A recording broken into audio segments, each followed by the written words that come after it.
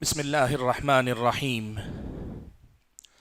الحمد لله رب العالمين، والصلاة والسلام على أشرف الأنبياء والمرسلين وعلى آله وأصحابه أجمعين ومن تبعهم بإحسان إلى يوم الدين. اما بعد. محترم حضرات اور پردہ نشین خواتین اسلام، نماز تراویح کے بعد روزانہ رسوم و رواج کا جو تذکرہ ہم نے جاری رکھا ہوا ہے، آج اسی سلسلے کے ایک اور مسئلے پر ہم اور آپ بات کرنے جا رہے ہیں۔ ہمارا جو پچھلا درس ہوا تھا اس میں ہم نے شادی کی رسموں میں سے جہیز کی رسم کا تذکرہ کیا، اور جہیز کی رسم ایک طرف غیر شرعی رسم ہونے کے ساتھ اس کے جو نقصانات ہوئے ان نقصانات پر ہم لوگ بات کر رہے تھے۔ میں آج گفتگو وہیں سے شروع کرتا ہوں اور شادی بیاہ کے جو کچھ اور مسائل رہ گئے ہیں ان پر آج بات ختم کر لیتا ہوں۔ میں نے آپ کے سامنے بتایا کہ یہ جہیز کی رسم آئی تو اس کا ایک نقصان یہ ہوا کہ غیر مسلموں کی طرح لڑکیوں کو جہیز دے کر وراثت سے محروم کرنے کی یہ غلط روش ہمارے سماج میں چل پڑی۔ اس پر گفتگو آپ کے سامنے ہو چکی ہے۔ آج آپ کے سامنے میں اسی جہیز کے رد عمل کے طور پر جو باتیں وجود میں آئیں ان پر بات کرنا چاہتا ہوں، لیکن اس سے پہلے ایک مسئلے پر بات کر لیتا ہوں، وہ ہے نکاح کی دعوت کا شرعی حکم کیا ہے۔ نکاح میں جو دعوت ہوتی ہے، شادی میں نکاح کے دن جو دعوت ہوتی ہے اس کا شرعی حکم کیا ہے۔ اب ہمارے پاس لوگوں نے یہ مان لیا ہے چونکہ ولیمہ لڑکے کی طرف سے ہوتا ہے اس لیے نکاح کی دعوت لڑکی کی طرف سے ہونا چاہیے۔ یہ لوگوں نے مان لیا، یہ سب سے پہلی بنیادی بات ہے، یاد رکھیں ایسا کچھ نہیں ہے۔ سب سے پہلے یہ بات یاد رکھیں کہ نکاح ایجاب و قبول اور اس کے دیگر جو مسائل ہیں ان کے ساتھ مکمل ہو جاتا ہے، اور آنے والے مہمانوں کو اگر آپ اپنے مہمانوں کو آپ اپنے مہمانوں کو یا دونوں مل کر اپنے اپنے مہمانوں کو کھلاتے ہیں پلاتے ہیں، کوئی حرج کی بات نہیں۔ یہ کب تک؟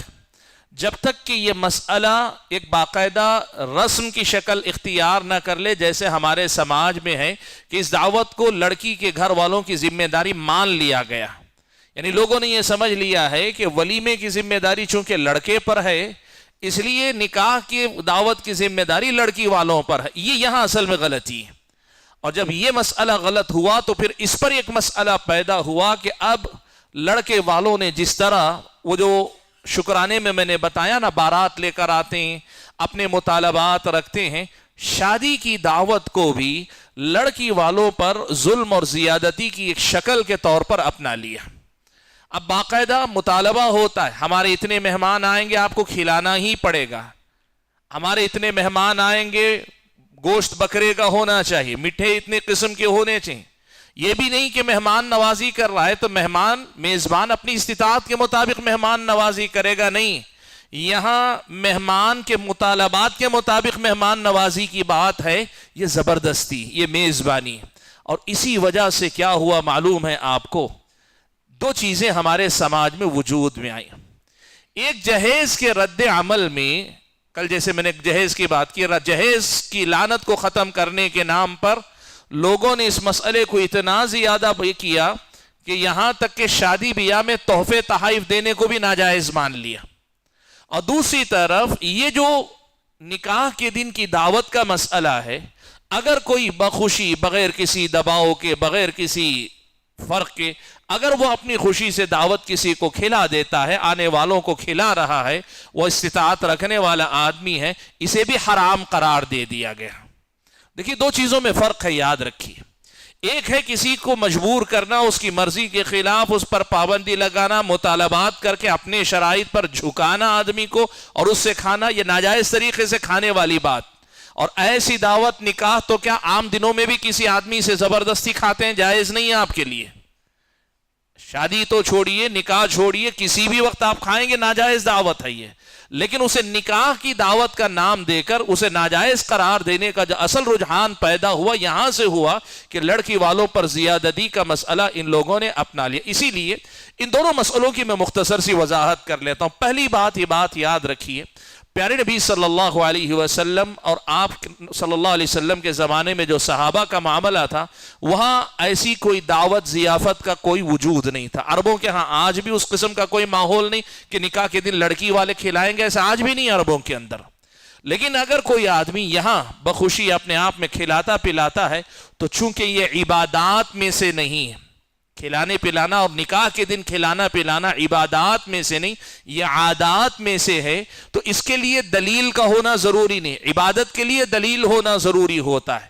اور یہاں جو ہوتا ہے عادات میں، کھانے پینے کے معاملات میں منع کرنے کے لیے کوئی دلیل چاہیے ہوتی ہے۔ لہٰذا اگر کوئی شادی کے دن کھلاتا ہے پلاتا ہے بغیر دباؤ کے، بغیر زبردستی کی استطاعت رکھنے والا بخوشی، تو اس کا کھلانا جائز ہوگا، الا ہی کہ اب وہ مسئلہ کسی شرعی مخالفت کا سبب بن جائے، جیسے ناجائز طریقے سے کسی کے پاس زبردستی کی دعوت لینا، لڑکی والوں پہ دباؤ ڈال کر دعوت لینا۔ اب یہاں شرعی مخالفت آ گئی، شرعی حکم کی خلاف ورزی ہوئی، ناجائز طریقے سے، باطل طریقے سے لوگوں کا مال نہ کھاؤ والی بات ہو گئی، تو یہاں اس بنیاد پر اس کو ناجائز کہا جائے گا جب مشروط طور پہ آپ کہیں کہ اگر لڑکی والوں پہ دباؤ ڈالا جاتا ہے تو پھر یہ جو ہے غلط ہے، یہ درست نہیں۔ اسی لیے یہ بہتر سمجھا جاتا ہے، حرام تو نہیں ہے، لیکن چونکہ ہمارے ہاں ایک رواج چل پڑا ہے لوگوں کے ہاں، تو لوگوں کے رواج کو، لوگوں پر روک لگانے کے لیے بہت سارے لوگ کہتے ہیں شادی کی دعوت سے بچا جائے تو بہتر ہے، اور واقعتاً یہ بہتر ہے، لیکن اسے حرام کہنا بہرحال جو ہے یہ بے بنیاد بات ہے۔ ناجائز اور حرام کہنا جو ہے یہ غلط ہے۔ جب تک آدمی بخوشی کر رہا ہے، کھلا رہا ہے، پلا رہا ہے، اس میں کوئی حرج کی بات نہیں ہے۔ تو نکاح کی دعوت فی نفسی ہی جائز ہے، نکاح کی دعوت فی نفسی ہی جائز عمل ہے۔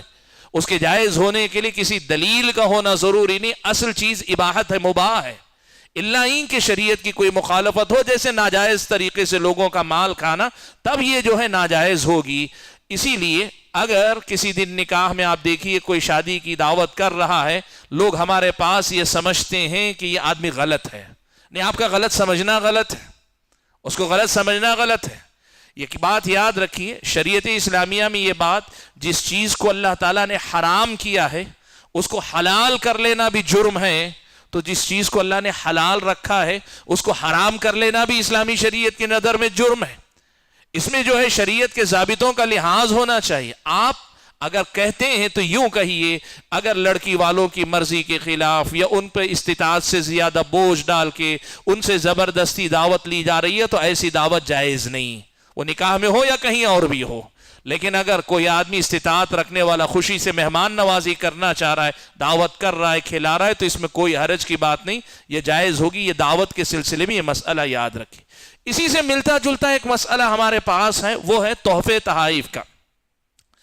پہلی بات تو یہ ہے کہ تحفے تحائف دینا، پیارے نبی صلی اللہ علیہ وسلم سے ایک حدیث مروی ہے، سند ضعیف ہے، سنن میں ابن ماجہ وغیرہ کے، نسائی ابن ماجہ وغیرہ کی روایت ہے، سند ضعیف ہے، لیکن اس میں ایک بڑی تفصیل آئی ہے۔ وہ کیا ہے؟ عربوں کے ہاں ایک رواج تھا کہ لڑکی کا باپ یا لڑکی کا بھائی جو سرپرست ہوتا، وہ اکثر کیا کرتا، لڑکی کا مہر گھٹا دیتا تاکہ لڑکے والے لڑکی کو جس طرح مہر دیتے ہیں ویسے سرپرست کو بھی تحفے تحائف دیں۔ یعنی وہ لڑکی کا سرپرست ہے تو اس کی ذمہ داری یہ ہے کہ اول و آخر وہ لڑکی کے مفادات کا تحفظ کرے، لڑکی کے بھلائی میں سوچے۔ لیکن یہ کیا کرتے تھے معلوم؟ عربوں کے ہاں لڑکیوں پر ظلم کا جو طریقہ تھا اس کے کیے بھی کہ اس کا مہر گھٹا دیتے، اور جو کمی وہاں ہوتی وہ تحفے کے طور پر خود لے لینا چاہتے۔ پیارے نبی صلی اللہ علیہ وسلم نے اس سلسلے میں ایک بات کہی، میں نے کہا نا حدیث ضعیف ہے سند کے اعتبار سے، ورنہ اس مسئلے میں اتنی واضح اور دو ٹوک بات تھی کہ ہم کو آسانی سے مسئلہ سمجھ میں آ جاتا۔ اللہ کے نبی نے کہا کہ نکاح سے پہلے جو بھی تحفہ دیا جائے گا، باپ کو دیا جائے، بھائی کو دیا جائے، وہ سب تحفے اصل میں لڑکی ہی کا مال ہے، باپ اور بھائی نہیں رکھ سکتے۔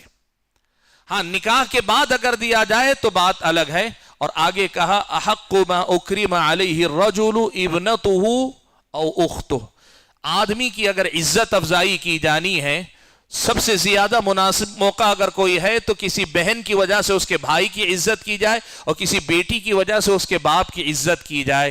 یعنی بہن کے نکاح میں، بہن کی شادی میں اس کے بھائی کو تحفہ دیں، بیٹی کے نکاح میں اس کے باپ کو تحفہ دیں. یہ زیادہ جو ہے حق رکھنے والے لوگ ہیں. لیکن جیسے میں نے کہا حدیث ضعیف ہے، یہ سند کے اعتبار سے سند کمزور ہے.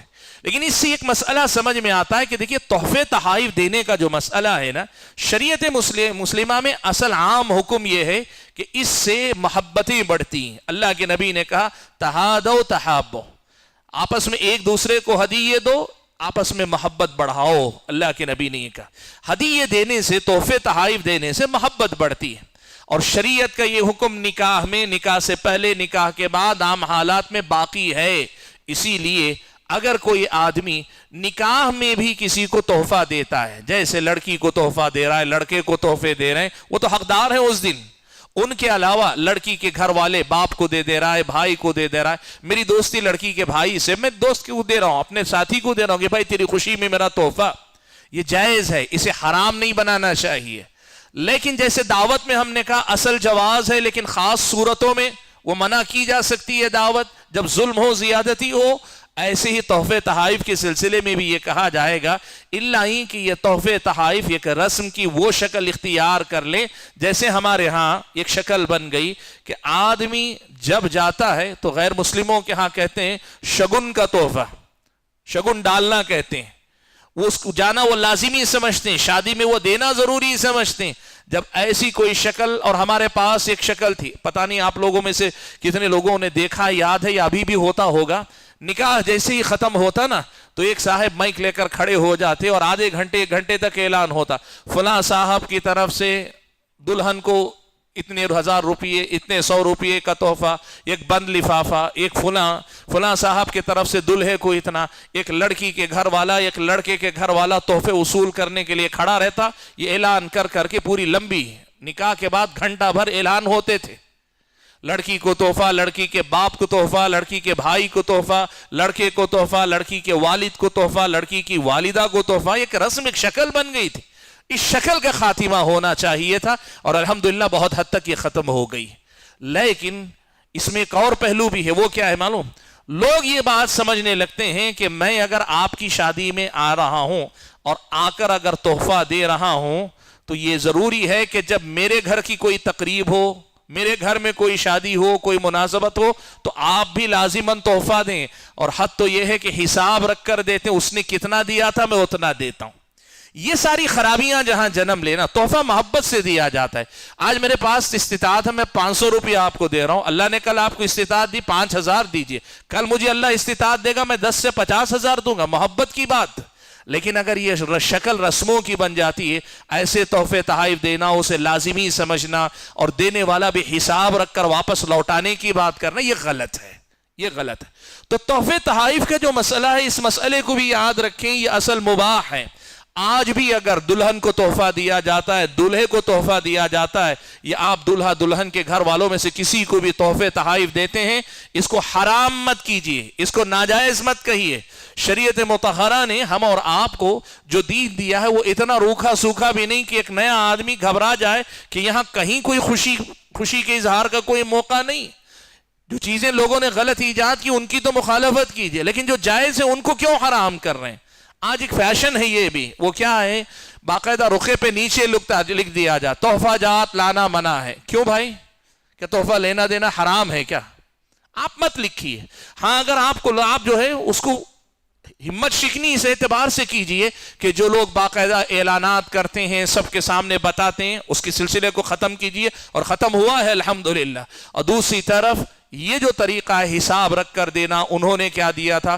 سونا دیا تو میں سونا دوں گا، پیسہ دیا ہے تو میں پیسہ دوں گا، کپڑا اگر دیا ہے تو میں کپڑا دوں گا. یہ رسم و رواج کی شکل بن جاتی. ان سے باہر نکلیے. اللہ نے استطاعت دی ہے، آپ نے 10,000 روپیہ دیا، میرے وقت پر میرے پاس نہیں، میں 100 روپیہ دوں گا آپ کو، کوئی حرج کی بات نہیں. محبت کے اظہار میں یہ حساب و کتاب نہیں دیکھا جانا چاہیے. تو ان دو چیزوں میں فرق کو یاد رکھیے. تحفے تحائف دینا بھی اصل میں جائز ہے، وہ باقی رہے گا، بلکہ محبت کے اضافے کا اگر باعث بنتا ہے، کوئی رسم نہیں بن رہی ہے تو یہ دینا چاہیے. ہاں اگر کہیں کوئی شکل، کوئی رسم ہے، کوئی حساب کتاب رکھتے ہیں تو پھر وہاں دینے سے پرہیز کیجئے. یہ دو اہم مسئلے تھے. یہ کیا ہوا، جہیز کی جو لعنت اٹھی نا، تو اس کی مخالفت کرتے ہوئے لوگوں نے ٹھان لیا لڑکی کے گھر سے میں ایک کاڑی بھی نہیں لوں گا. ہمارے ہاں جملہ مشہور ہے، لڑکی کے گھر سے ایک کاڑی بھی میں نہیں لوں گا. آپ یہ کہیے لڑکی کے گھر سے ایک کاڑی بھی نہ صراحتاً ڈائریکٹ مانگ کر لوں گا اور نہ انڈائریکٹ، جیسے میں کل بتایا تھا نا کہ جو بھی دے رہے ہیں ہم کو مجھے مت دیجیے، آپ اپنی بیٹی کو جو چاہے دے دیجیے. اس کو معلوم ہے بیٹی کے پاس جائے گا تو میرے پاس آئے گا. یہ چور دروازے بھی بند کیجیے. لیکن ان دونوں سے ہٹ کر اگر تحفے تحائف دیے جاتے ہیں لڑکی کو لڑکے کو، اس کو قبول کرنا چاہیے. کتنے سارے لوگ ہمارے نوجوان رابطہ کرتے ہیں، بہت سارے نوجوان رابطہ کرتے ہیں، یہ کہتے ہیں کہ میں جہیز لینا نہیں چاہتا ہوں، لیکن لڑکی کے گھر والے مصر ہیں کہ مجھے ایک جوڑا کپڑے دیں گے، کیا میرے لیے لینا جائز ہے؟ یہ سوال پوچھتے ہیں. یعنی لوگوں نے اس مسئلے کو اس قدر سے زیادہ بنا دیا کہ اب مان لیا گیا کہ ایک کپڑا بھی اگر آپ لیتے ہیں تو حرام اور ناجائز ہے. یہ کس بنیاد پر ہے اللہ تعالیٰ کے بندو؟ یہ کس بنیاد پر ہے کہ آپ دو حرام قرار دے دیں اس چیز کو؟ تو شریعت مطہرہ کے ان ضابطوں کا خیال رکھیں. غلط کی نفی کیجئے، لیکن ایسے بھی نہیں کہ یہ غلط چیز کا انکار کرنے کے لیے صحیح چیزوں کا بھی انکار کرنے لگ جائیں. شریعت مطہرہ میں یہ جو ہدیے دینے کا معاملہ کھلا معاملہ ہے، تو بات کا خیال رکھیں، ان باتوں کا خیال رکھتے ہوئے معاملہ کریں. اور ایک آخری مسئلہ جو اس شادی بیاہ کے رسم و رواج سے متعلق، حالانکہ بہت ساری باتیں رہ گئیں لیکن چونکہ مجھے کچھ اور رسم و رواج کو بھی بتانا ہے، اس لیے آج شادی بیاہ کے سلسلے کو میں ختم کرنا چاہتا ہوں. وہ ہے ولیمے کا مسئلہ. دیکھیے ولیمے کا مسئلہ اس سلسلے میں صحیح جو ہے، جس کو کہیے کہ نبی علیہ الصلوۃ والسلام کا جو عام معمول رہا، اکثر بیویوں کا آپ نے جو کیا وہ رات گزارنے کے بعد ولیمہ کرنا چاہیے. ایک رات گزارنے کے بعد ولیمہ کرنا چاہیے. لیکن کیا رات گزارنے سے پہلے، نکاح ہونے کے بعد رات گزارنے سے پہلے ولیمہ کیا جا سکتا ہے؟ جی ہاں، کیا جا سکتا ہے، جائز ہے. کیا جا سکتا ہے، جائز ہے. پیارے نبی صلی اللہ علیہ وسلم نے ازواج مطہرات میں سے اپنی ایک زوجہ محترمہ کا خلوت سے پہلے اللہ کے نبی صلی اللہ علیہ وسلم نے ولیمہ کروایا. یاد رکھیے گا کہ نبی علیہ الصلوۃ والسلام سے اس کا ثبوت ہے، ایک بات. اور دوسری بات یہ ہے کہ یہ جائز ہے، لیکن اس کے ساتھ ساتھ یہ بھی کہ یہاں جائز ہونے کے ساتھ وہ جو شادی بیاہ کی زبردستی کی جو دعوت ہے نا، اس پہ بریک لگانے کے لیے لوگوں نے کیا کیا ہے، ولیمے کے مسئلے کو کہ نہیں، شادی کے ساتھ، نکاح کے ساتھ ولیمہ کر لیں گے تو وہ شادی کی جو دعوت زبردستی کی لڑکی والوں سے لی جاتی ہے وہ لینے سے رکنے میں مدد ملے گی، اس لیے مقدم کیے ہیں. تو کسی مصلحت کے تحت بہتر کے مقابلے میں جائز کی طرف لوگ آتے ہیں تو اس میں کوئی حرج کی بات نہیں ہے. اور اس میں ایک نازک بات میں آپ کو بتاؤں، ہمارے ہاں جو عام طور پہ ایک ہی دن نکاح اور ولیمہ ہو رہا ہے نا، اس میں بھی خلوت کے بعد اصل میں نکاح ہو رہا ہے. آپ ایک بات سمجھیں، خلوت جو ہو رہا ہے، ولیمہ جو ہو رہا ہے وہ خلوت کے بعد ہو رہا ہے. نکاح ولیمہ لوگ جو سمجھتے ہیں رات گزارنا، نہیں. شریعت اسلامیہ میں اگر لڑکا اور لڑکی نکاح قبول کر لینے کے بعد لڑکا اگر لڑکی کے ساتھ تنہائی میں رہتا ہے، فقہا کی اصطلاح میں اس کو کہتے ہیں ارخاء السطور، یعنی پردے. آدمی لڑکی کے پاس گیا اور پردے گرا دیا، انہوں نے وہاں اندر کچھ کیا نہیں کیا، اس سے مسئلہ نہیں بدلتا. نکاح کے ساتھ لڑکی آدھے مہر کی مستحق ہو جاتی ہے، اور پھر اس کے بعد جیسے ہی خلوت صحیحہ کہتے ہیں. خلوت صحیحہ کیا ہے کہ زیبی بند کمرے میں لڑکا اور لڑکی، یہ جو نیا نکاح ہوا ہے، یہ دونوں ایسے تنہا رہتے ہیں کہ پردے گرا دیے گئے ہیں. تو پھر اس ارخاء السطور یا خلوت صحیحہ کے ساتھ لڑکی پورے مہر کی مستحق ہو جاتی ہے. لڑکی پورے مہر کی مستحق ہو جاتی ہے، اور اس کا مطلب یہ ہوا کہ اسی سے وہ ولیمہ بھی جو ہے ایک طرح سے خلوت صحیحہ کے بعد ہی ہو رہا ہے. خلوت صحیحہ کے بعد ہی ہو رہا ہے جو ہمارے سماج میں ہو رہا ہے. تو اس لیے اس کو جو ہے بہت زیادہ بڑا مسئلہ بننے کا موقع نہیں دینا چاہیے. تو ایک تو یہ ہے کہ نکاح کے بعد ولیمہ ایک رات گزارنے کے بعد کرنا، اصل وقت وہی ہے اس کا، جیسے اللہ کے نبی نے عام طور پہ کیا. لیکن اگر کوئی اس سے پہلے کرتا ہے تو جائز ہے. اور ہمارے ہاں جو ہو رہا ہے اس میں اس کو کہیے کہ میاں بیوی کا خاص تعلق تو نہیں ہو رہا ہے، لیکن خلوت صحیحہ ہو رہی ہے. تو ایسی صورت میں یہ بدرجہ اولا جائز ہے. اور اس کے ساتھ ساتھ یہاں ایک اور مصلحت بھی ہے، وہ ہے شادی کی دعوت کے نام پر بعض گھرانوں میں، بعض علاقوں میں جہاں زبردستی لڑکی والوں پر ضرورت سے زیادہ بوجھ ڈالا جا رہا ہے، وہاں اس سے بچنے کے لیے ولیمہ مقدم کیا جا رہا ہے. تو یہ جائز بلکہ بہتر ہے. یہ باتیں آپ یاد رکھیے. اب یہاں ایک بڑا اہم مسئلہ ذکر کرتا ہوں، وہ کیا ہے؟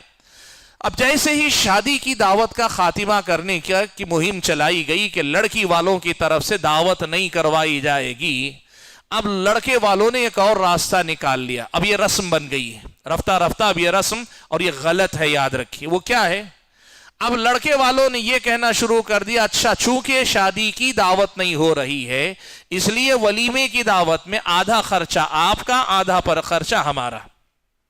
آدھا خرچ آپ کا، آدھا خرچ ہمارا. یا کبھی شادی خانے میں ہم ضیافت کریں گے، دعوت کریں گے، شادی خانے کا خرچ لڑکی والے کر لیں گے، کھلانے پلانے کا خرچ ہم اٹھا لیں گے. یاد رکھو، ولیمہ خالصتاً لڑکے کی ذمہ داری ہے، اور یہ ولیمہ اگر کیا جائے تو خالصتاً صرف لڑکے کی طرف سے ہونا چاہیے. یہ جو لوگوں نے کیا، ایک برائی کا خاتمہ کرنے کے نام پر کہ زبردستی لڑکی والوں پہ مسلط ہونا چھوڑ دیں، اس کے لیے اس دعوت کا خاتمہ کر کے اس کو مقدم کیا گیا ولیمے کی دعوت کو. تو لوگ یہاں سے بھی راستہ نکال لیا، کہا نہیں آدھا ہمارا آدھا تمہارا، یا شادی خانے کا خرچ تمہارا یہ ہمارا. یہ غلط ہے. میں نے کل پرسوں بھی کہا آپ کے سامنے، ولیمہ کیا ہے؟ آپ کے پاس استطاعت صرف 10 لوگوں کو کھلانے کی ہے، اور وہ بھی گوشت نہیں. آپ 10 لوگوں کو دال کھانا کھلا سکتے ہیں. 10 لوگوں کو دال کھانا شان سے اپنی کھلائیے، اپنے پیسے سے کھلائیے، اپنے بل پہ کھلائیے. میں اتنا ہی کر سکتا ہوں ولیمہ. اس سے زیادہ ہے آپ کر لیجئے ضیافت، میں نہیں کر سکتا. میری طاقت جتنی، میں اتنا ہی ولیمہ کر سکتا ہوں. کیجئے. اللہ کے نبی صلی اللہ علیہ وسلم نے بعض ولیمے سفر میں کیے. سفر میں کیسے کیے معلوم؟ اللہ کے نبی صلی اللہ علیہ وسلم سفر میں ایک جگہ اللہ کے نبی صلی اللہ علیہ وسلم جنگ سے لوٹ رہے تھے، وہیں اللہ کے نبی صلی اللہ علیہ وسلم کے نکاح میں وہ آئیں. تو پھر اللہ کے نبی صلی اللہ علیہ وسلم نے ولیمے کے لیے کیا کیا؟ صحابہ سے کہا جو کچھ آپ لوگوں کے پاس کھجور یا ستو وغیرہ ہے وہ لاؤ.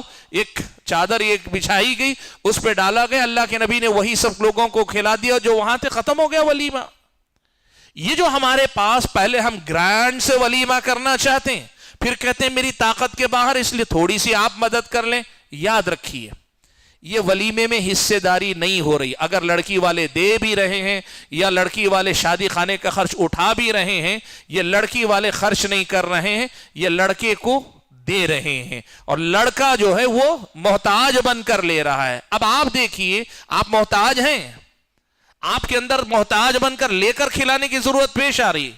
آپ ولیمہ اپنا کر رہے ہیں. بھائی، اپنا ولیمہ کرنے کی استطاعت اگر آپ کے پاس نہیں ہے تو جیسے آپ کسی سے بھی مانگ کر پیسہ لے کر مدد لے کے ولیمہ کر سکتے ہیں، ویسا ہی یہ ولیمہ ہے اگر لڑکی والوں کی طرف سے آپ لے رہے ہیں. اس مسئلے کو یاد رکھیے گا. باقی یہ الگ مسئلہ ہے کہ کوئی آدمی یہ کہہ رہا ہے کہ میرے اندر استطاعت نہیں ہے اس لیے میں ان سے تحفہ قبول کر کے کروں گا، فلاں کروں گا. وہ تمہاری اپنی بات ہو گئی، لیکن شکل یہ یاد رکھیے اس میں پارٹنرشپ نہیں ہوتی. ولیمہ خالصتاً لڑکے کی ذمہ داری ہے، اور لڑکی والوں کے حصہ لینے سے وہ حصہ نہیں لے رہے، وہ اصل میں لڑکے کی مدد کر رہے ہیں. اس کو لڑکے کی مدد کہا جائے گا، ولیمے میں حصے داری نہیں کہا جائے گا. یہ ہمارے سماج میں ایک بڑھتا ہوا نیا رجحان، نیا ٹرینڈ ہے. وہ کیا ہے؟ آدھا خرچ لڑکی والے، آدھا خرچ لڑکا، اور شادی محل کا خرچ لڑکی والے اور ضیافت کا خرچ لڑکا. یہ سب چیزیں چھوڑ کر اللہ نے جتنی استطاعت دی ہے اتنی استطاعت میں ضیافت کرنے کی کوشش کیجئے، کھلائیے پلائیے. اور میں نے کہا نا، آپ کی طاقت سے بڑھ کر اوپر جانے کی ضرورت نہیں. کتنے سارے سبحان اللہ ہمارے بعض ساتھی ہیں فون کر کے بغیر، میرے کلاس فیلو ہیں، میرے ساتھی جنہوں نے میرے ساتھ پڑھا ہے لیکن صاحب حیثیت نہیں ہے، وہ فون کر کے باقاعدہ اطلاع دے دیں. کیا اطلاع دے رہے ہیں؟ میری بیٹی کا نکاح ہے، فلاں دن ہے، لڑکا فلاں جگہ سے کیا، ساری چیزیں سنا کر آپ دعا کر دیجئے. ان کی استطاعت نہیں، وہ مجھے نہیں بلا سکتے کہ میں آؤں تو مجھے کھلا سکیں یا مجھ جیسے 25 لوگوں کو کھلا سکیں. کوئی عیب کی بات نہیں، کوئی عیب کی بات نہیں، کوئی عیب کی بات نہیں کہ آپ یہ کہیں کہ آپ میں اطلاع دے رہا ہوں کہ میرے گھر کی شادی آپ لوگ دعا کر دیجئے، بخوشی دعا دے دیجئے. یہ مت کہیے کہ کھلایا نہیں، اور آپ بھی مت جھجکیے کہ میں کھلاؤں گا نہیں تو سماج والے کیا کہیں گے. یہ زیادہ اچھا ہے اس بات کے مقابلے میں کہ پچھلے دروازے سے لڑکی والوں سے کہ 50% تم دے دو، 50% تم دے دو. اس سے تو زیادہ اچھا یہ ہے. تو یہ یاد رکھیے، یہ رسم و رواج کی وہ شکلیں ہیں جو ہمارے اور آپ کے سماج میں گھس آئی ہیں. باقی یہ جو مسئلہ ہے، اس مسئلے کو یاد رکھیں. اگر لڑکی والے لڑکے کو دینا چاہتے ہیں پیسہ، وہ تحفہ قبول کر کے کرنا چاہ رہا ہے، تو یہ ولیمے میں حصے داری نہیں، ان کے پاس سے تحفہ لے کر، ان کے پاس سے مدد لے کر گویا وہ کر رہا ہے. اور یہ جو ہے اگر پھر وہ چور دروازہ نہ ہو لڑکی والوں پہ مسلط ہونے کا، تو یہ بھی جائز ہو سکتا ہے. لیکن اگر یہ چور دروازہ بن جائے لڑکی والوں پہ مسلط ہونے کا، تو پھر اس پر بھی جہیز کے سلسلے میں جیسے حکم لگا اور شادی کی زبردستی کی دعوت پہ جیسے حکم لگا، اس پر بھی وہی حکم لاگو ہوگا. بہرحال شادی بیاہ کے سلسلے میں حقیقت یہ ہے کہ بہت ساری رسمیں ہیں. اب اس کے بعد شادی کے بعد ہر سال پہ سالگرہ پہ لڑکی کو تحفے دینا، اور پھر اس کے بعد جیسے میں نے جمعگی کی بات کی، بہت ساری رسمیں بہت ساری ہیں. لیکن ان رسم و رواج میں سے سب سے آسان طریقہ یہ کہ آپ شادی بیاہ کا شرعی طریقہ کیا ہے اور رسم و رواج جو آپ کے پاس رائج ہیں، ان میں سے کون سے صحیح ہو سکتے ہیں، غلط ہو سکتے ہیں. دین کے ہر مسئلے کی طرح شادی کرنے سے پہلے اس کے بارے میں بھی جانکاری حاصل کر لیں، اور جب جانکاری آپ کو مل جائے گی تو آپ آسانی کے ساتھ صحیح فیصلہ کر پائیں گے. اللہ سے دعا کیجئے کہ اللہ تعالیٰ مجھے اور آپ سبھی حضرات اور خواتین کو ان تمام رسم و رواج کو سمجھ کر ان سے بچتے بچاتے ہوئے اپنی زندگیوں میں عمل پیرا ہونے کی توفیق عنایت فرمائے. آمین. وآخر دعوانا ان الحمد للہ رب العالمین.